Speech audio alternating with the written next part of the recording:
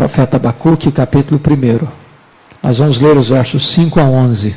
Abacuque, capítulo 1, versos 5 a 11. Esse texto diz assim: Vede entre as nações, olhai, maravilhai-vos e desvanecei, porque realizo em vossos dias obra tal, que vós não crereis quando vos for contada. Pois eis que suscito os caldeus, nação amarga e impetuosa, que marcha pela largura da terra, para apoderar-se de moradas não suas. Eles são pavorosos e terríveis, e criam eles mesmos o seu direito e a sua dignidade. Os seus cavalos são mais ligeiros do que os leopardos, mais ferozes do que os lobos ao anoitecer são os seus cavaleiros, que se espalham por toda parte. Sim, os seus cavaleiros chegam de longe, voam como águia que se precipita a devorar. Eles todos vêm para fazer violência, o seu rosto suspira por seguir avante. Eles reúnem os cativos como areia, eles escarnecem dos reis, os príncipes são objetos do seu riso. Riem-se de todas as fortalezas, porque amontoando terra as tomam. Então passam como passa o vento e seguem. Fazem-se culpados estes, cujo poder é o seu Deus. Nós vamos meditar, irmãos, no tema: quando o céu deixa a terra abalada. É o tema desta noite. Quando o céu deixa a terra abalada. Abacuque estava perplexo com o que via na terra. Agora ele está perturbado com o que ouve do céu. Ele estava perplexo com a iniquidade, com a violência e com a opressão presente no reino de Judá. Agora ele está perturbado com a resposta de Deus à sua oração. No começo, Abacuque estava inquieto com o silêncio de Deus. Mas agora ele ficou mais desesperado quando Deus começou a falar. A resposta que Deus deu a Abacuque não era a que ele esperava ouvir. A resposta veio na contramão da sua expectativa, nos ensinando de que Deus sempre cumpre a sua palavra, não apenas quando esta palavra é a nosso favor, mas também quando esta palavra é contra nós. E então eu quero convidar a sua atenção para que examinemos 3 pontos à guisa de introdução, antes de entrarmos propriamente no estudo. Em primeiro lugar, a voz de Deus pode ser mais perturbadora do que o seu silêncio. Notem vocês no capítulo 1, verso 2, que o que inquietava Abacuque era o silêncio de Deus. Até quando, Senhor? Gritarei eu violência, e tu não escutarás. O drama de Abacuque é que Deus estava calado, que Deus estava silencioso.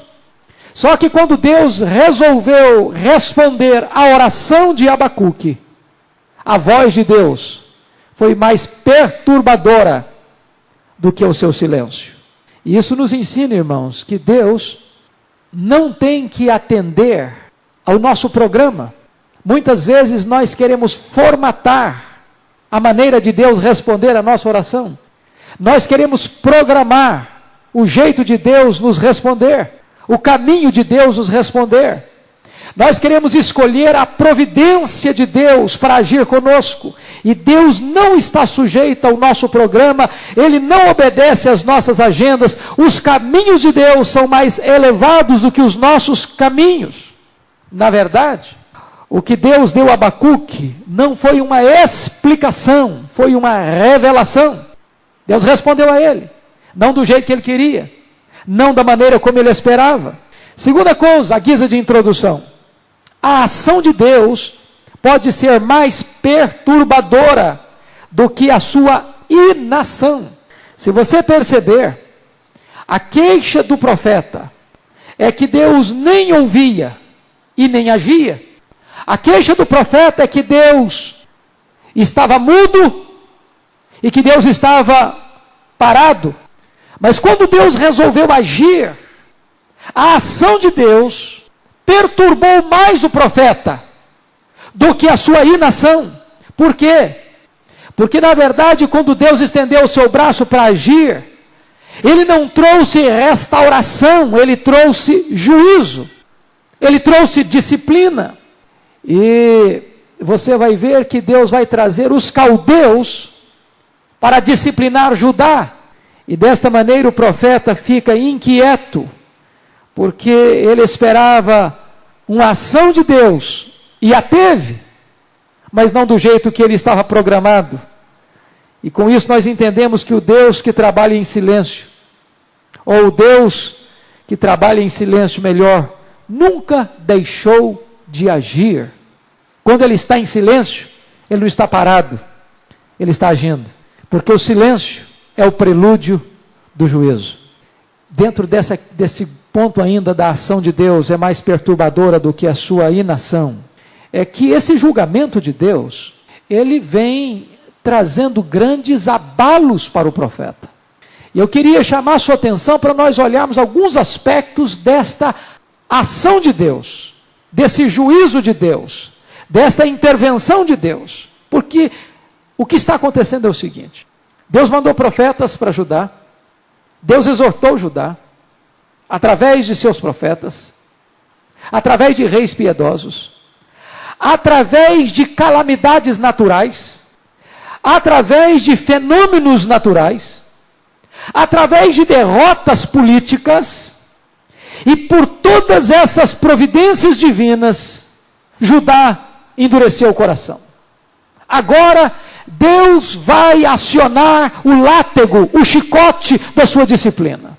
E esse julgamento de Deus pode ser visto como segue. Primeiro, qual o sujeito desse julgamento? Segundo o versículo 6, a terra e o povo de Judá. Por que Deus está disciplinando Judá? Porque esse povo é o povo da aliança, é o povo do pacto. Você lê isso lá em Deuteronômio 28. Que se o povo seguisse em obediência, viria a bênção. Se o povo desobedecesse, viria a disciplina.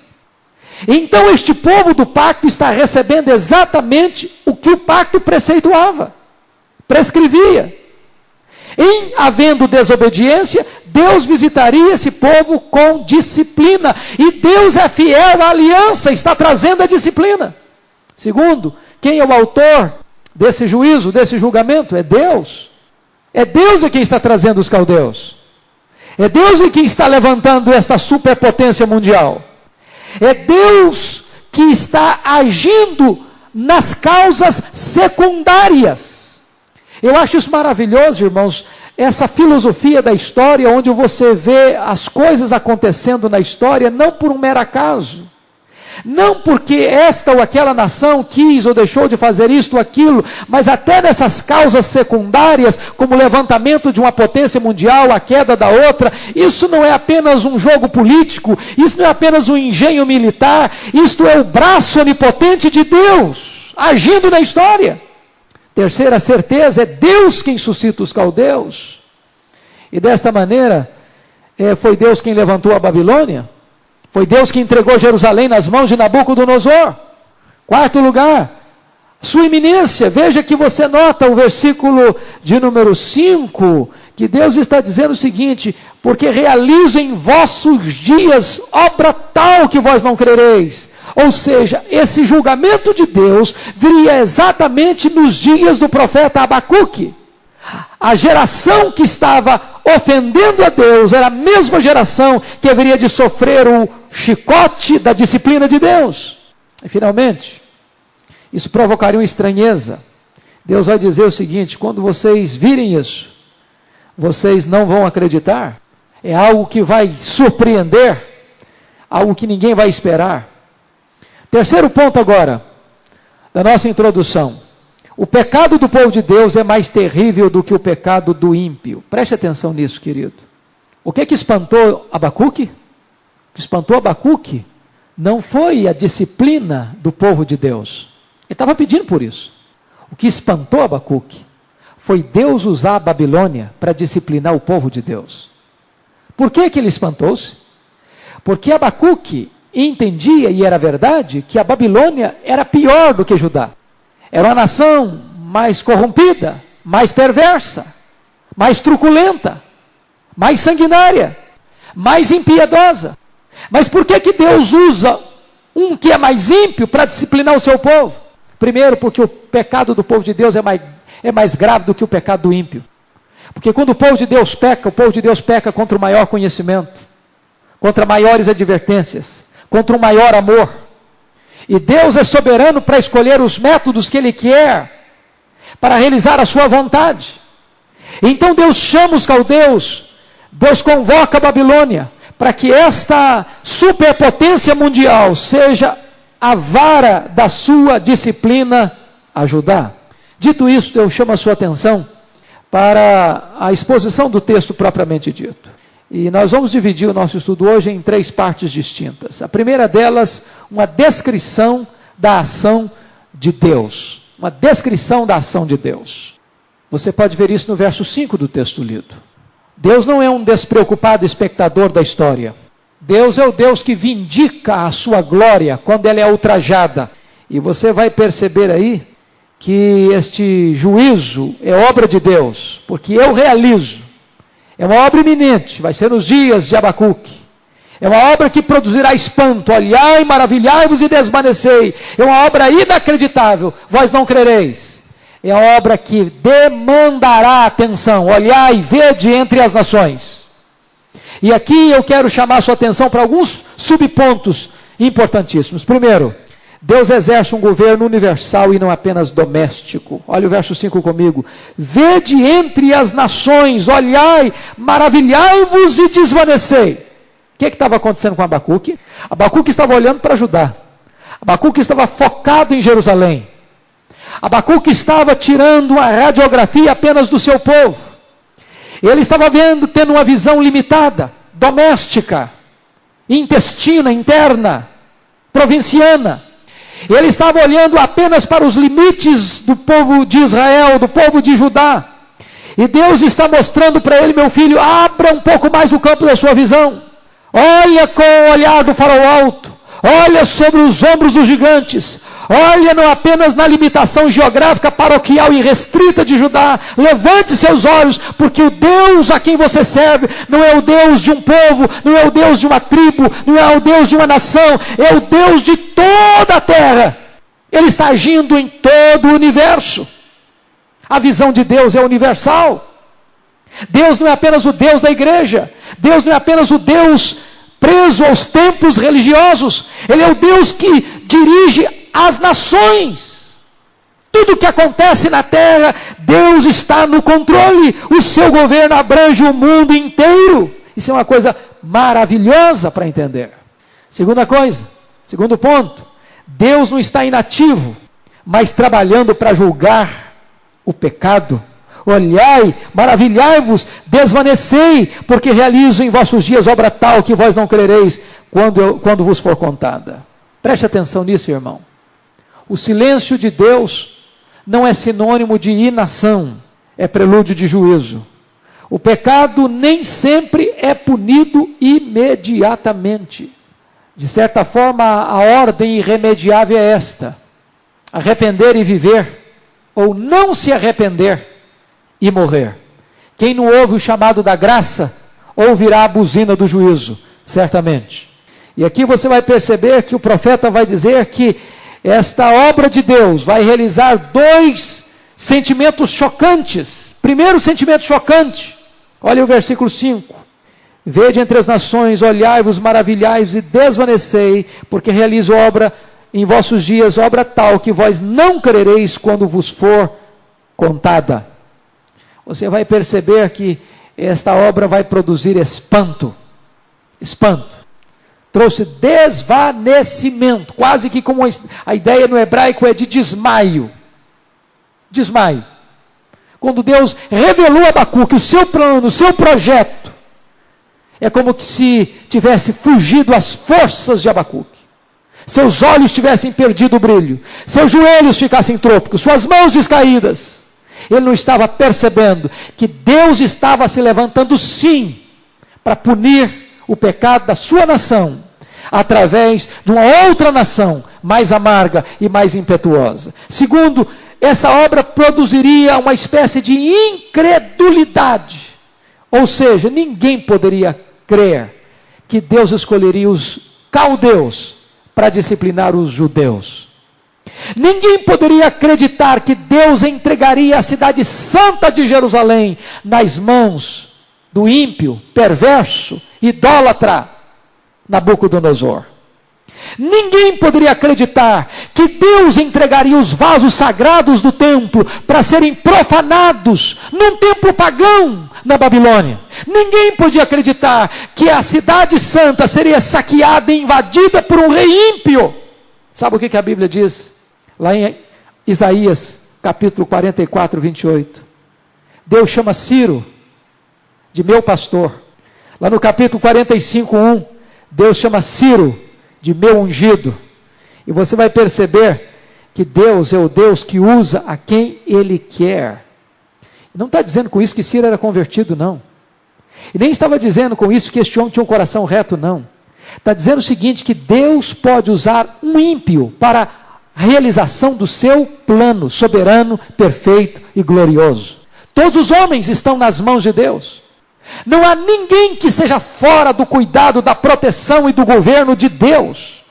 Desta maneira, esse governo de Deus aplica o juízo, um juízo público, chocante, rápido e exemplar.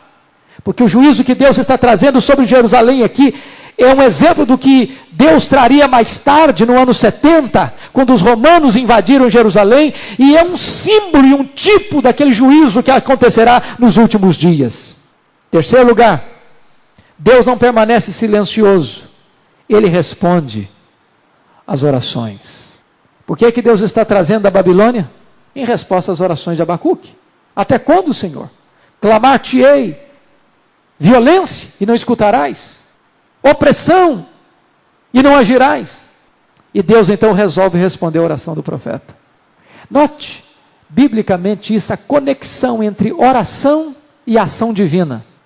Sempre que a oração sobe do altar para o trono, do trono vem a resposta da oração em termos de intervenções soberanas de Deus na história. Há uma conexão entre o altar e o trono. De certa maneira, a igreja é corregente com Deus na medida em que ela ora. Se nós nos apercebêssemos disso, nós teríamos muito mais entusiasmo em orar. Porque a ação de Deus na história, muitas vezes é resultado da oração da igreja. Oração do povo de Deus. Se você ler, e foi o que nós meditamos domingo passado de manhã, Salmo 119, versículo 102. É tempo, Senhor, de intervires, porque os homens têm violado a tua lei. Quando a lei de Deus é violada, a igreja ora. Quando há arrependimento, Deus responde com restauração. Quando há rebeldia, Deus responde com juízo. Porque Judá não se arrependeu, Deus está trazendo o chicote da disciplina. Segundo ponto, irmãos, da nossa meditação, uma descrição da disciplina de Deus. Versículos 5 e 6. Eu quero destacar alguns subpontos. Primeiro, Deus que disciplina seu povo é o soberano Senhor da história. Versículo 6, olha comigo. Pois eis que suscita os caldeus, nação amarga e impetuosa, que marcha pela largura da terra para apoderar-se de moradas que não são suas. Veja que o mapa político do mundo está mudando. Se você lembra, no ano 722, o maior império do mundo era a Síria. Ninguém podia resistir à Síria. Durante 3 anos, o rei da Síria cercou Samaria e saqueou a cidade, destruiu a cidade e levou o povo embora para o cativeiro. Desse cativeiro, o reino do norte nunca voltou. Neste mesmo tempo, governava em Judá o rei Ezequias. E o mesmo rei que saqueou e dominou o reino do norte, Samaria, cercou e tomou algumas cidades de Judá e tentou tomar a cidade de Jerusalém, e por intervenção de Deus, ele não o fez. Mas esse grande império assírio caiu nas mãos da Babilônia em 612. Os caldeus começaram a crescer como grande potência mundial. Naquela época haviam 3 potências mundiais: a Assíria, a Babilônia e o Egito. Já que a Síria tinha sido dominada pela Babilônia, o Egito se levantou para resistir o poder da Babilônia e marchou com seus exércitos para a Síria, lá na região de Carquemes. E diz a Bíblia que nesta batalha o faraó Neco é derrotado. E a Babilônia se levanta em 609 como a única grande potência mundial. E o que agora Abacuque nos informa é que este levantamento da Babilônia não é em virtude do seu poderio militar, não é em virtude do seu engenho político, não é em virtude da fraqueza dos dois impérios mundiais que caíram, mas esse levantamento dos caldeus é obra de Deus. É Deus quem suscita os caldeus. Este Deus é o Deus soberano da história. Diz a Bíblia que Ele levanta reinos e abate reinos. Ele levanta reis e abate reis. A história não está entregue ao caos, a história não está entregue à deriva. A história está nas mãos do Deus soberano e eterno. É Ele quem dirige as nações, e Abacuque está compreendendo isso. Segundo lugar, Deus usa até o ímpio para cumprir seus soberanos propósitos. Versículo 6, os caldeus eram instrumentos de Deus e não agentes à revelia do seu poder. Eles estavam a serviço de Deus, eles eram a vara da disciplina de Deus sobre Judá. Se vocês lerem Jeremias 25:9, o invasor caldeu, Nabucodonosor, é chamado por Deus de meu servo. É Deus quem está trazendo. E Deus pode usar um ímpio, um idólatra, um politeísta, um homem truculento, que pensa que ele é Deus, para a realização dos seus soberanos propósitos. Isso é uma coisa tremenda, irmãos. Ele é o Senhor da história. E o que o profeta Abacuque está entendendo aqui, eis que suscita os caldeus. Você vai perceber que nesta ocasião, aqui do profeta, possivelmente Nabucodonosor já estava ensaiando o cerco sobre a cidade de Jerusalém. Você sabe que foram 3, no governo de Jeoaquim, no governo de Joaquim, no governo de Zedequias, quando então a cidade de Jerusalém caiu, depois de um cerco dolorosíssimo, que o profeta Jeremias descreve no livro de Lamentações. E esse cerco foi tão doloroso que não tinha mais suprimento dentro das muralhas. Faltou pão, faltou água, ao ponto das mães comerem os seus próprios filhos. Ao ponto do profeta afirmar que os que morreram à espada foram mais felizes do que aqueles que morreram de fome dentro das muralhas. E quando já não havia nenhuma possibilidade de resistência dentro da cidade de Jerusalém, Nabucodonosor então invade a cidade, pisa os jovens como lama, violenta as moças, força as mulheres, passa a fio da espada velhos e crianças e destrói de uma maneira truculenta e sanguinária a cidade. Terceiro lugar, o juízo que sobreveio ao reino de Judá não procedeu do diabo, nem do mundo, mas de Deus. O verso 6 nos diz isso, pois eis que suscita os caldeus. Por que eu estou dizendo isso? Porque hoje, irmãos, é muito comum você escutar algumas pessoas atribuindo todo o mal que acontece, ou toda situação adversa que acontece, ao diabo. E se você fizer uma leitura mais meticulosa da Escritura, você vai notar que muito daquilo que as pessoas atribuem a Satanás não passa da mão de Deus, aplicando juízo sobre a história e até mesmo sobre o seu povo. Não foi o diabo que levantou a Babilônia. Não foi o diabo que levantou Nabucodonosor. Não foi o diabo que entregou Jerusalém nas mãos daquele perverso rei. Não foi o diabo que entregou os vasos sagrados do templo nas mãos de Nabucodonosor para ele profanar esses vasos do templo num templo pagão. Foi Deus. Quarto lugar, a intervenção de Deus na disciplina do seu povo produz espanto até mesmo nos mais piedosos. Sabe, queridos, a resposta de Deus pode muitas vezes nos deixar alarmados. Sabe por quê?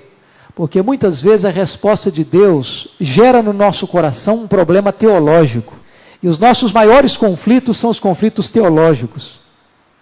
Quando nós não conseguimos, na nossa mente limitada, associar essa questão de um mais perverso disciplinar o povo de Deus.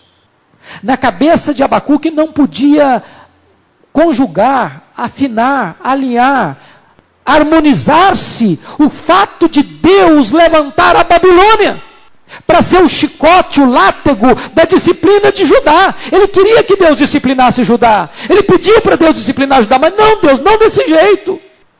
Mas Deus não está sujeito aos nossos meios, aos nossos gostos, ou às nossas preferências. Ele é Deus, Ele é livre, Ele é soberano. Por exemplo, nós todos ficamos perplexos e chocados quando Hitler, um homem perverso, esmagou a França e quase que esmaga a Inglaterra. E nós questionaríamos, mas como? Um homem perverso, mau, assassino, truculento, sanguinário, pode se tornar instrumento para destruir outros mais justos do que ele. Esse foi o drama, essa foi a angústia do profeta Abacuque. E por isso eu chamo a sua atenção para nós olharmos agora nos versos 6 a 11, o último ponto da nossa mensagem, que é uma descrição do instrumento usado por Deus. Esse instrumento que é o chicote da ira de Deus, que é a Babilônia. A descrição que Deus faz dos caldeus é assombrosa. Diz o texto, versículo 6 aí, é uma nação amarga e impetuosa. No verso 7 você vê aí que eles são pavorosos e terríveis. No verso 9, agem com violência e ajuntam cativos como areia. No verso 10, eles escarnecem e riem dos reis. E eu quero então olhar para esse texto e elencar aqui 8 características dos caldeus. Com a sua Bíblia aberta aí comigo, vamos ver. Primeiro, versículo 6. Eles são cruéis. São uma nação amarga e impetuosa. Os caldeus eram guerreiros, experimentados, não respeitavam nenhum poder político, nem econômico, nem militar. Na verdade, não havia ninguém na terra que pudesse resisti-los. Eles eram amargos, eles eram impetuosos, eles eram crudelíssimos. A atitude deles, não havia na atitude deles nenhuma complacência, nenhuma misericórdia, nenhuma ação de bondade. Eles eram opressores da primeira ordem, totalmente destituídos de quaisquer restrições morais. Por onde eles passavam, eles deixavam um rastro de morte e de destruição. Esta é a descrição do versículo 6. Mas se você olhar no versículo 6, a parte B, eles eram expansionistas. Parte B diz que marcham pela largura da terra para apoderar-se de moradas que não são suas. O versículo 9 diz, pois todos vêm para fazer violência, o seu rosto suspira por seguir avante, eles reúnem os cativos como areia. O que é que significa isso? Que eles eram insaciáveis. Eles não se contentavam. Eles queriam ampliar e estender o limite do seu reino para todos os rincões da terra. Eles pilhavam cidades, feriam pessoas, conquistavam terras. Eles não tinham limites na sua ambição. Eles eram expansionistas. Desta maneira, eles faziam ataques generalizados em todas as cidades, em todos os países, em todos os reinos da época, e de certa forma eles iam matando, eles iam saqueando, eles iam se apossando, e Judá não era nada menos ou nada mais do que apenas uma partícula de pó, diante deste terrível aspirador de pó, que era a Babilônia. Eles eram expansionistas. Esta é a linguagem do versículo 6, a parte B. Em terceiro lugar, vamos ver a terceira característica deles. Eles eram implacáveis. Olha o verso 7 comigo. Eles são pavorosos e terríveis, e criam eles mesmos o seu direito e a sua dignidade. São pavorosos e terríveis, truculentos, sanguinários e cruéis. Não respeitavam qualquer direito humano. Eles pisavam os jovens como se pisa lama nas ruas. Se você puder olhar comigo, Lamentações, abra lá um pouquinho comigo em Lamentações. Você vai ter uma noção de como é que eles eram truculentos como é que eles foram truculentos nessa invasão a Jerusalém. Logo depois do profeta Jeremias, está o livro de Lamentações de Jeremias. Você vai ver como é que Jeremias descreve essa invasão de Jerusalém. Como é que eles foram truculentos, não se incomodando com a opinião pública, nem com as leis internacionais. Capítulo 2, 21. De Lamentações. Jazem por terra pelas ruas o moço e o velho. As minhas virgens e os meus jovens vieram a cair à espada. Tu os mataste no dia da tua ira. Fizeste matança e não te apiedaste. Capítulo 4, verso 5. Os que se alimentavam de comidas finas desfalecem nas ruas. Os que se criaram entre escarlatas se apegam aos monturos. Capítulo 5, 11 a 18. Forçaram as mulheres em Sião, as virgens nas cidades de Judá. Os príncipes foram por eles enforcados. As faces dos velhos não foram reverenciadas. Os jovens levaram a mó. Os meninos tropeçaram debaixo das cargas de lenha. Os anciãos já não se assentam na porta. Os jovens já não cantam. Cessou o júbilo de nosso coração. Converteu-se em lamentações a nossa dança. Caiu a coroa da nossa cabeça. Ai de nós, porque pecamos, por isso caiu doente o nosso coração, por isso se escureceram os nossos olhos, pelo monte Sião que está assolado, andam as raposas. Essa é uma descrição de quão truculenta foi esta invasão dos babilônios na cidade de Jerusalém. Ponto 4, eles eram absolutistas, voltando lá para Abacuque 1, versículo 7, parte B, diz o texto, e criam eles mesmos o seu direito e a sua dignidade. Note vocês, está acontecendo o seguinte, eles entram, invadem, pilham, saqueiam, matam, exploram, expoliam, e eles não têm nenhuma necessidade de dar satisfação a ninguém. Eles se assentam no cume dos montes, da vaidade, da soberba, da presunção, e eles reverenciam a si mesmos, eles aplaudem a si mesmos, eles tributam glória a si mesmos, eles não se sujeitam a ninguém, não prestam obediência a ninguém, não tinham nenhuma força, nenhuma lei sobre eles, eles condecoravam a si mesmos com a dignidade máxima, eles são absolutistas, o direito deles é a sua própria força. Quinto lugar, olha comigo o versículo 8, eles são irresistíveis. Aqui no verso 8, é interessante que o profeta vai comparar seus cavalos e seus cavaleiros com 3 animais predadores: o leopardo, o urso noturno e a águia. O leopardo é um dos animais mais ágeis quando está em linha reta, e pela sua própria articulação física, quando ele salta em cima de uma vítima, via de regra ele quebra a espinha dorsal dessa vítima, e raramente esta presa escapa viva.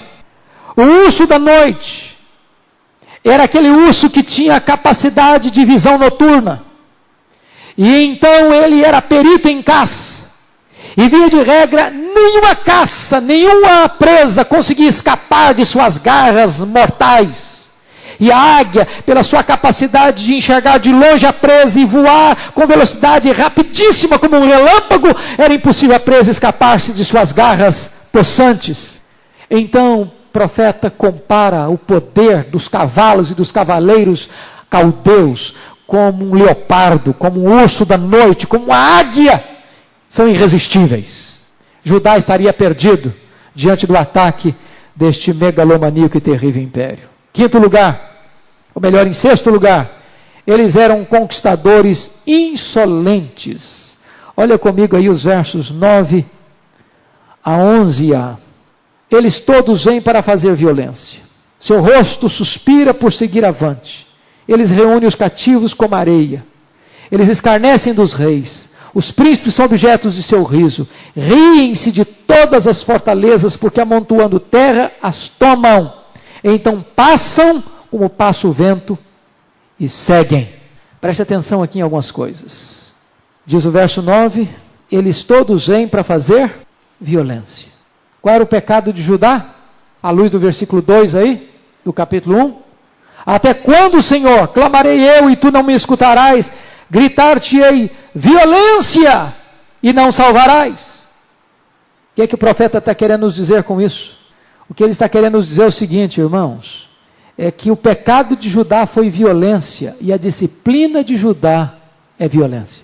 Está acontecendo aqui o que o Senhor Jesus Cristo disse lá no Getsêmani. O que ele está dizendo aqui é o seguinte: os que lançam mão da espada, a espada morrerão. O que ele está querendo dizer aqui é o que o profeta Obadias disse mais tarde, acerca dos edomitas, o teu feito tornará sobre a tua cabeça. O que ele está dizendo aqui é o que Gálatas 6:7 afirma: não vos enganeis, de Deus não se zomba, porque aquilo que o homem semear, isso ele ceifará. Judá praticou violência e está recebendo violência como castigo. O que o texto está querendo dizer é o seguinte, que os caldeus não respeitavam nem reis nem príncipes. Não respeitavam o poder constituído. Aliás, um dos prazeres do rei da Babilônia era pegar os reis e os príncipes, colocá-los numa jaula e expô-los ao ridículo diante nas suas cidades. Ele está dizendo que eles passam como o vento leste. Esse vento leste era o vento que vinha do deserto, e quando esse vento quente do deserto passava, destruía as plantações, trazia morte. E ele está dizendo o seguinte, que os babilônios viriam como um vento impetuoso, rápido, forte, destruidor. E quando ele diz aqui o seguinte, olha por favor o que está escrito aí, no verso 10, riem-se de todas as fortalezas, porque amontoando terras tomam. Esta palavra que amontoando terras tomam, e eles riem das fortalezas, não é propriamente a questão de conquistar a terra, conquistar a cidade, não. É que as cidades antigas se vangloriavam de serem cidades fortificadas. Qual era a segurança das cidades? As suas muralhas. Por que Samaria achou que jamais cairia? Porque ela estava num monte, cercada de muralhas.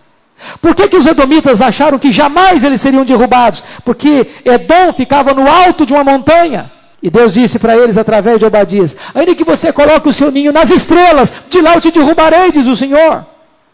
Então os babilônios se especializaram numa forma de ataque. Foi aquilo que aconteceu em Massada.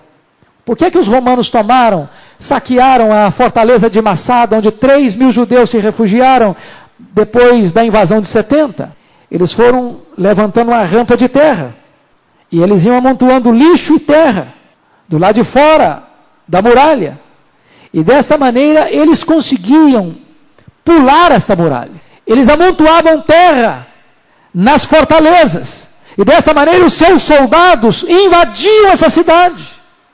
Era impossível que qualquer cidade resistisse a essa estratégia que eles se especializaram para tomar as cidades fortificadas. E desta forma, eles riam dos príncipes, riam dos reis, e não tinha qualquer cidade fortificada que pudesse resistir ao seu ataque. As hordas, ele disse aqui, olha comigo por favor, versículo 9, eles reúnem os cativos como areia, ou seja, havia hordas e mais hordas de pessoas que eles faziam cativos e levavam para a Babilônia como escravos, dominados. Em sétimo lugar, olha comigo, penúltimo lugar, eles eram megalomaníacos. Parte B do versículo 11, diz o seguinte, olha aí por favor, eles fazem-se culpados estes cujo poder é o seu Deus.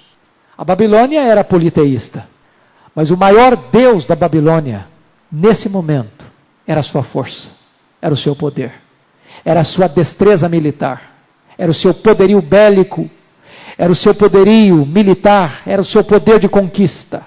Eles adoravam a eles mesmos, eles adoravam a sua própria força, eles adoravam o seu próprio poder de conquista. Eles eram os seus próprios deuses. Por isso, lá no capítulo 4 de Daniel, você vê Nabucodonosor passeando no seu palácio e diz: esta é a Babilônia que eu construí pelo meu poder e para a minha glória. Eles adoravam a si mesmos. Se você estudar a questão dos deuses da Babilônia, todos os deuses da Babilônia eram deuses de guerra, eram deuses da guerra. E eles achavam que os seus deuses lhes davam o poder conquistador para dominar o mundo. Certamente, o que aconteceu foi o seguinte, irmãos. O que passou na cabeça de Nabucodonosor é que o Deus da Babilônia tinha imposto ao Deus de Israel, ao Deus Jeová, uma fragorosa derrota. Quando as lutas iam para os campos de batalha, não eram apenas dois exércitos que lutavam, no entendimento deles, era uma guerra de deuses, que Deus é mais forte. Lembra lá quando Senaqueribe insultou o rei Ezequias, dizendo que Deus das nações impediu que eu dominasse uma nação. Livrou alguém das minhas mãos. O entendimento deles é que era uma batalha de deuses. Então eles achavam que os deuses da Babilônia lhes davam vitórias militares e eles deviam adorar o próprio poder deles, a própria força deles, o próprio poder de conquista deles. Eles eram então megalomaníacos. Promulgavam o seu próprio direito. Colocavam-se no lugar de Deus. Finalmente, talvez essa palavra pudesse ter consolado Abacuque. Aí no versículo 11 está escrito o seguinte: então passam como passa o vento e seguem, fazem-se culpados, estes cujo poder é o seu Deus. Eles eram culpados. Por que eram culpados? Porque na verdade fora Deus quem trouxera Nabucodonosor e os babilônios e os caldeus contra Judá e Jerusalém. Foi Deus quem levantou os caldeus. Foi Deus quem levantou a Babilônia. Foi Deus quem usou a Babilônia. Foi Deus quem deu poder à Babilônia. Foi Deus quem entregou as nações na mão da Babilônia. Mas nunca a Babilônia entendeu que fora Deus quem tivera usando a eles todo esse tempo. E em momento algum, nem Nabucodonosor, nem nenhum de seus príncipes, nem o seu povo entendeu que Deus é quem estava fazendo todas essas coisas. Eles acharam que eram eles mesmos, o poder deles mesmos, os seus próprios deuses. E então Deus diz: vocês são culpados, porque vocês nunca me reconheceram. E o que vai acontecer? Deus vai disciplinar, Deus vai punir, Deus vai julgar a Babilônia. Por causa da sua altivez, por causa do seu orgulho, por causa da sua soberba, por causa da sua megalomania, porque nunca deu glória ao nome de Deus. E eu gostaria então de concluir, trazendo para nós aqui 5 pontos, 5 frases, que são frases de aplicação, de lições práticas para nós. Primeira lição prática: se o povo de Deus pecar, ele deve esperar da parte de Deus disciplina. Preste atenção nisso. Você é o povo, faz parte do povo da aliança, do povo do pacto. E quando um pai ama, ele disciplina. O pecado produz disciplina. Segunda lição prática: se o povo de Deus é disciplinado por seus pecados, os inimigos de Deus não podem ter a esperança de escapar do julgamento divino. Preste atenção nisso. Deus não tem 2 pesos e 2 medidas, não. Olha o que está escrito lá na primeira carta de Pedro, capítulo 4, versículo 7. Está escrito o seguinte, eu vou ler para você. Está escrito assim. Primeira carta de Pedro, capítulo 4, versículo 17 e 18. Porque a ocasião de começar o juízo pela casa de Deus é chegada. Ora, se primeiro vem por nós, qual será o fim daqueles que não obedecem ao Evangelho de Deus? E se é com dificuldade que o justo é salvo, onde vai comparecer o ímpio? Sim, o pecador. Note isso. Ao seu povo Deus disciplina, mas ao ímpio que não reconhece a mão de Deus, ele é punido e julgado, sem cura, sem restauração. Terceiro, Deus pode lançar mão de instrumentos estranhos para disciplinar o seu próprio povo. Foi Deus quem trouxe os caldeus. Lá em Daniel 10, Isaías 10:5, diz que a Síria era a vara da ira de Deus contra Israel. Quarta lição: os homens ímpios e as nações que Deus empregar na execução de seus julgamentos não escaparão da responsabilidade de suas próprias ações. É isso que está escrito lá em Isaías capítulo 10, versículo 12. Está escrito o seguinte, na palavra de Deus: por isso acontecerá que, havendo o Senhor acabado toda a sua obra no Monte Sião e em Jerusalém, então castigará a arrogância do coração do rei da Assíria e a desmedida altivez dos seus olhos. Depois que Deus termina de disciplinar o seu povo, Deus julga o instrumento que ele mesmo usou e que não reconheceu a mão de Deus. O último lugar, a exaltação de si mesmo é o último engano dos corações tolos. Este foi o engano que a serpente provocou no coração de Eva. Se você comer, você vai ser como Deus. Essa sede que o homem tem de ser igual a Deus é o maior engano e é o último engano de Satanás. Leva a pessoa para a ruína. A soberba precede a ruína. Quem se exalta a si mesmo será humilhado, porque Deus não divide a sua glória com ninguém. Irmãos queridos, quando os céus alarmam a terra, esta foi a resposta de Deus para Abacuque. Orar é algo muito sério, porque quando você ora, Deus responde. Nem sempre responde do jeito que nós gostaríamos de ouvir, mas Deus é soberano e o que Ele faz é perfeito. Agora eu posso não entender. Você vai ver, graças a Deus, porque esse livro prossegue, né? As crises do profeta vão parar, vão acabar. Daqui a pouquinho nós vamos ver esse profeta não em crise mais. Daqui a pouquinho nós vamos ver esse profeta animado com Deus. Deus vai abrir a cortina, vai mostrar para ele um plano bendito, glorioso. E ele vai se exultar em Deus, ele vai se alegrar em Deus. Assim é a igreja de Deus. Quando nós estamos instruídos pela verdade, quando nós entendemos a soberania de Deus, quando nós compreendemos o plano perfeito de Deus, agora podemos ficar chocados, mas nós vamos entender que Deus sempre esteve no controle e que Ele está conduzindo todas essas coisas para o nosso bem e para a sua glória. Que Deus nos ajude, que Deus nos abençoe. Amém.